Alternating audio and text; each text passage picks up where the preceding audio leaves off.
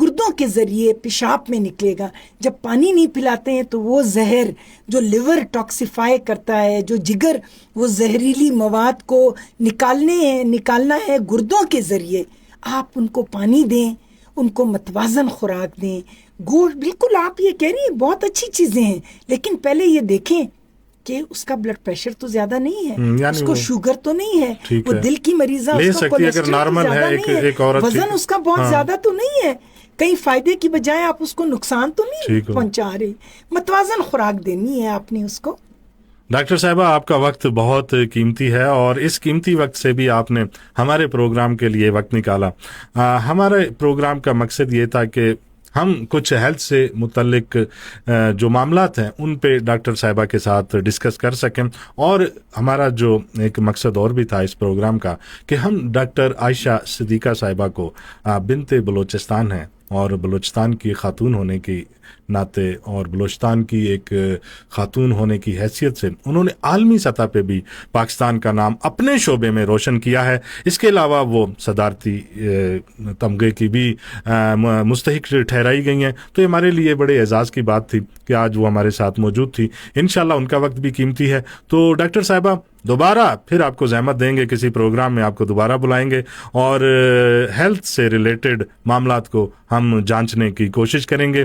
بہت بہت شکریہ آپ کا. یہاں پہ عاشق قریشی کو بھی دیجیے گا اجازت. اللہ حافظ.